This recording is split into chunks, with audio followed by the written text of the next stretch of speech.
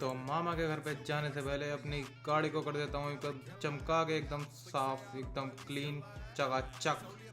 तो सुबह सुबह सबसे पहले निकालता हूँ अपनी गाड़ी बाहर, और बाहर निकालने के बाद सबसे पहले डालता हूँ उस पर पानी, और फिर बाल्टी में मिलाता हूँ थोड़ा सा सरफ। सरफ करा है मैंने बढ़िया वाला यूज़। उसके बाद में मैं पूरी गाड़ी पर मारता हूँ चारों तरफ से गीला कपड़ा। कपड़ा मारने के बाद करता हूँ गाड़ी को साफ़। जहाँ पे भी मिट्टी लगी होती है हर जगह से मिट्टी को हटा देता हूँ। उसके बाद में मारता हूँ पूरी की पूरी गाड़ी पे साफ कपड़ा एकदम।